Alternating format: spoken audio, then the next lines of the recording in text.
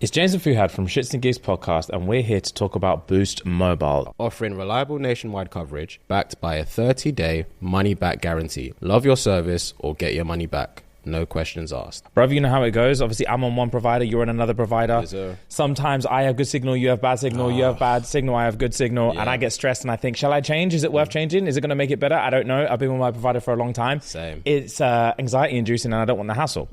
Well, guys and girls, here's the twist. Boost Mobile gives you the same nationwide coverage and network speeds that you're already used to for way less money. That's right. Boost Mobile gives you unlimited plans starting at just $25 a month. No price hikes, no contracts, no multi-line faff. Just solid coverage and proper value. And if you're sitting there thinking, bruv, this sounds too good to be true, don't worry. You've got a 30-day money-back guarantee. Try it risk-free, and if you don't love it, you get your service fees back. There are plenty of benefits when you switch to Boost Mobile. Together with their roaming partners, Boost Mobile covers 99% of the US population. 5G speeds not available in all areas. So, whether you're scrolling, streaming, or just lost in a group chat, you're covered. Bottom line, Boost Mobile gives you the freedom to save money without sacrificing coverage, and no one's locking you into anything. Visit your nearest Boost Mobile store or find them online at boostmobile.com. That's boostmobile.com. Reliable service, proper coverage, and no stress. You know how everything's a subscription now? Music, movies, even socks. I swear if To continue this ad, please upgrade to Premium Plus Platinum. What? No, anyway, Blue Apron... This is a pay-per-listen ad. Please confirm your billing. Oh, that's annoying. At least with the new Blue Apron, there's no subscription needed. Get delicious meals delivered without the weekly plan. Wait, no subscription? Keep the flavor. Ditch the subscription. Get 20% off your first two orders with code APRON20. Terms and conditions apply. Visit blueapron.com/terms for more.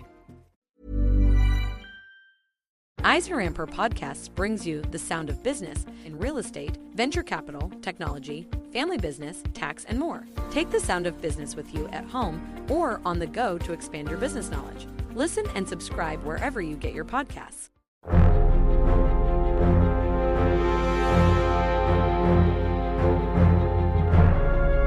Welcome to LitReading. I'm Don McDonald. A long-running feud leads two men to face each other and the ravages of nature in this powerful classic story, The Interlopers, by Saki.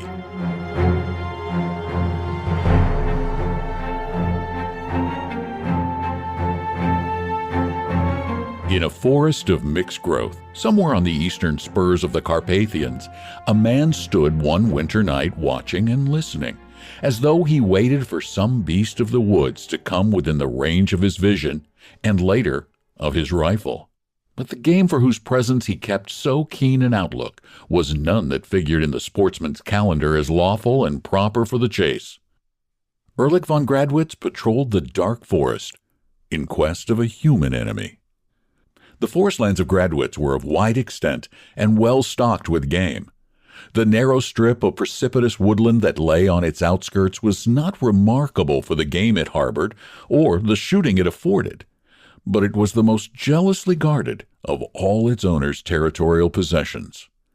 A famous lawsuit, in the days of his grandfather, had wrested it from the illegal possession of a neighboring family of petty landowners. The dispossessed party had never acquiesced in the judgment of the courts, and a long series of poaching affrays and similar scandals had embittered the relationships between the families for 3 generations.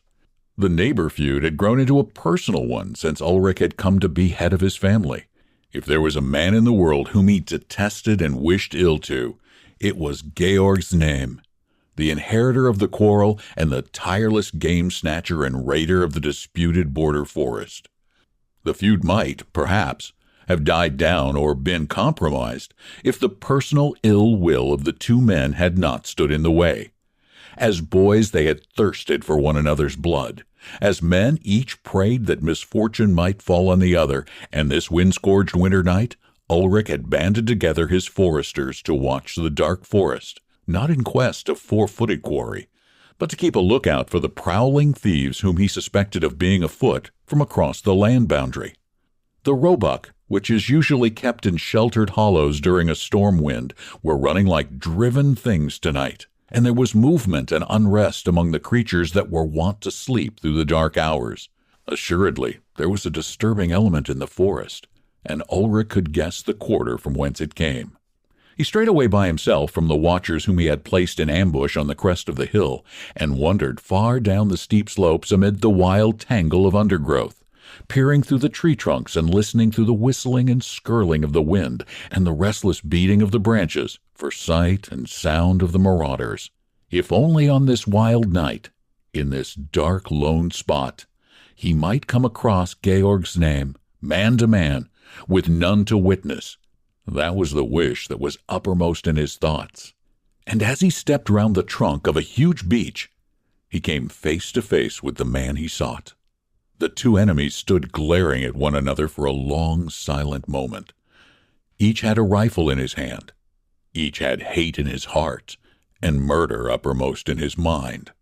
The chance had come to give full play to the passions of a lifetime.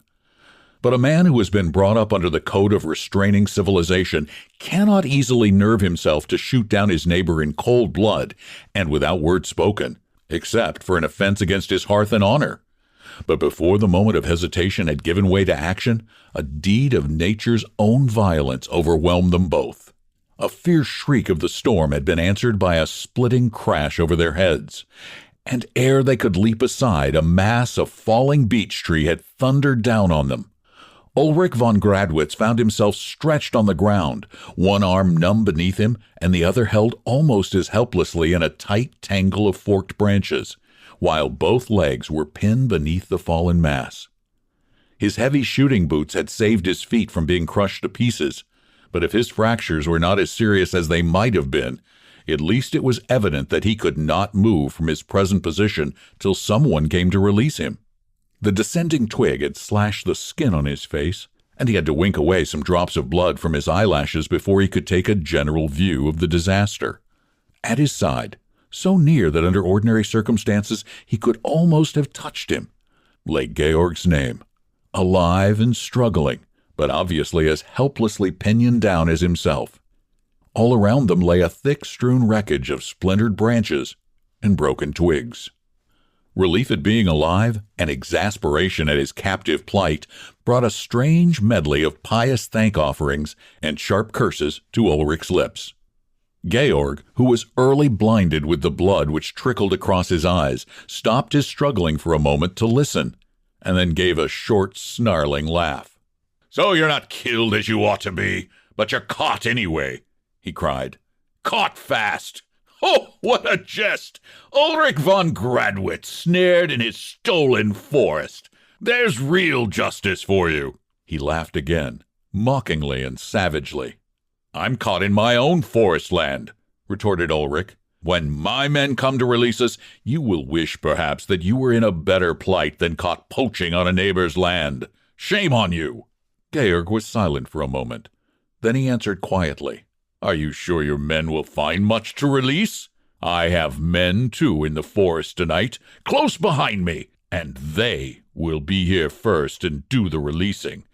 When they drag me out from under these damned branches, it won't need much clumsiness on their part to roll this massive trunk right over on top of you. Your men will find you dead under a fallen beech tree. For form's sake, I shall send my condolences to your family." "It is a useful hint," said Ulrich fiercely. "My men had orders to follow in 10 minutes' time, 7 of which must have gone already, and when they get me out, I will remember the hint. Only as you will have met your death poaching on my lands, I don't think I can decently send any message of condolence to your family." "Good!" snarled Georg. "Good! We will fight this quarrel out to the death, you and I and our foresters, with no cursed interlopers to come between us. Death and damnation to you, Ulrich von Gradwitz."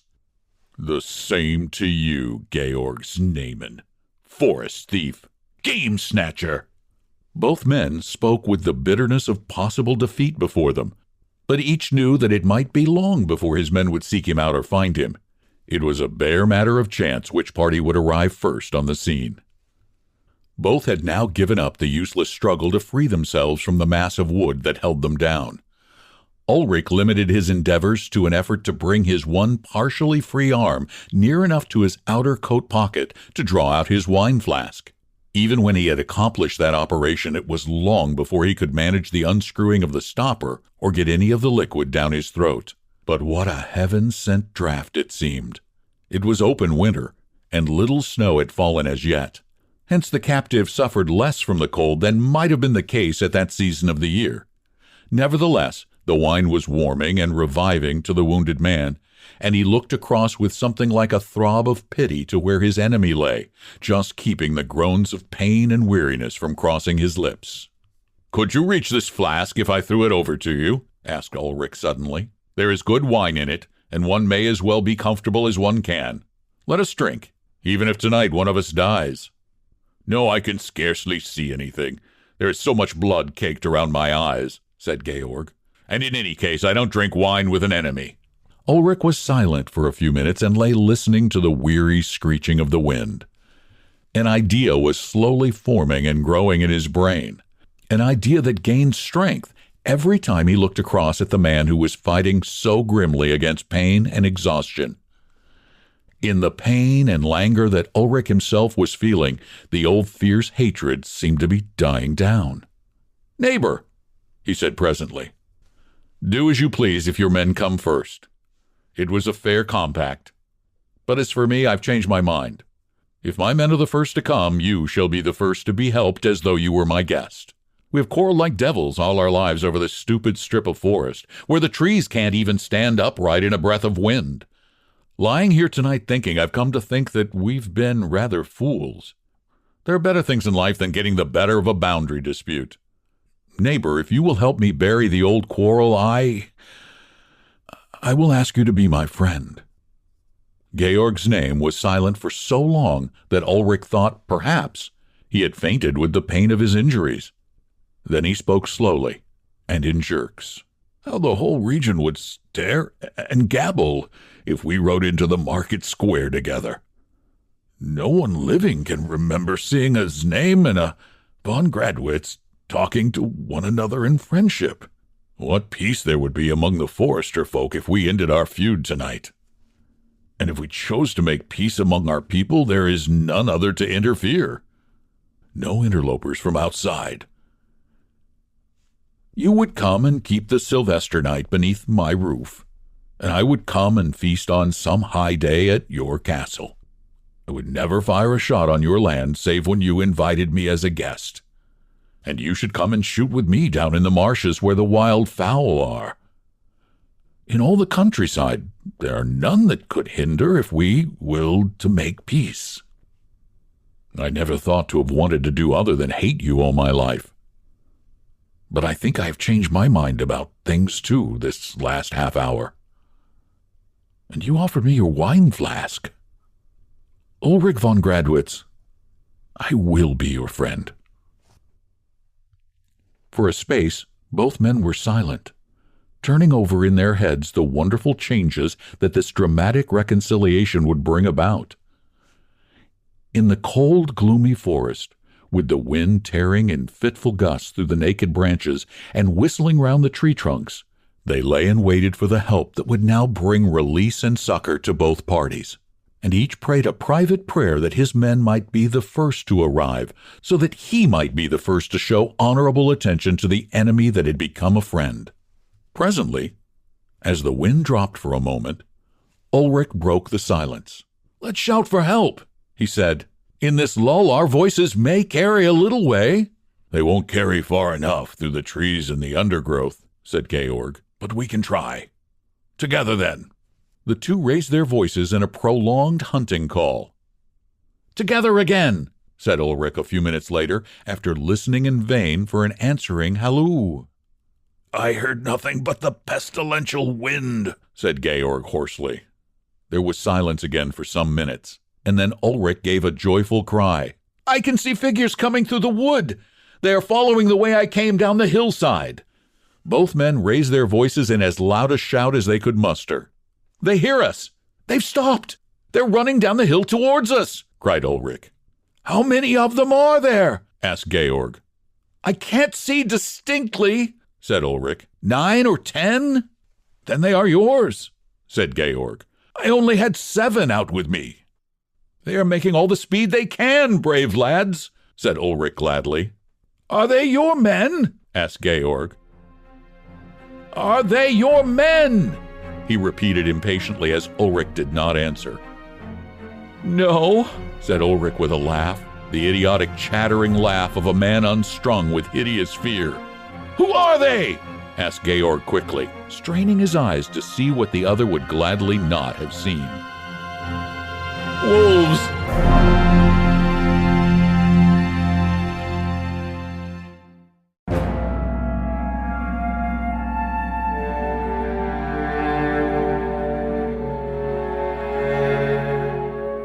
One of our listeners' most requested authors is Saki, the pen name of British writer H. Munro.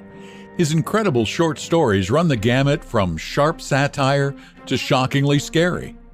At the age of 43, Munro insisted on enlisting as a mere trooper to fight for the British in World War I and was killed by a German sniper in 1916.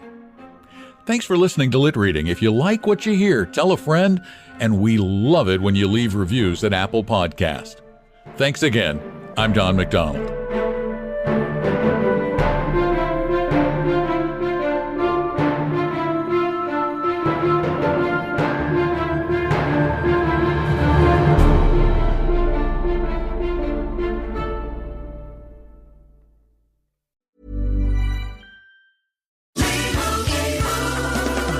Doug. Limu and I always tell you to customize your car insurance and save hundreds with Liberty Mutual. But now, we want you to feel it. Cue the emu music, Limu. Save yourself money today. Increase your wealth. Customize and save, we say. That may have been too much feeling. Only pay for what you need at LibertyMutual.com. Liberty, liberty, liberty, liberty. Savings vary. Underwritten by Liberty Mutual Insurance Company and affiliates. Excludes Massachusetts. You just realized your business needed to hire someone yesterday. How can you find amazing candidates fast? Easy. Just use Indeed. Stop struggling to get your job post seen on other job sites. With Indeed sponsored jobs, your post jumps to the top of the page for your relevant candidates, so you can reach the people you want faster. According to Indeed data, sponsored jobs posted directly on Indeed have 45% more applications than non-sponsored jobs. Don't wait any longer. Speed up your hiring right now with Indeed. And listeners of this show will get a $75 sponsored job credit to get your jobs more visibility at Indeed.com/ARTS. Just go to Indeed.com/ARTS right now and support our show by saying you heard about Indeed on this podcast. Terms and conditions apply. Hiring? Indeed is all you need.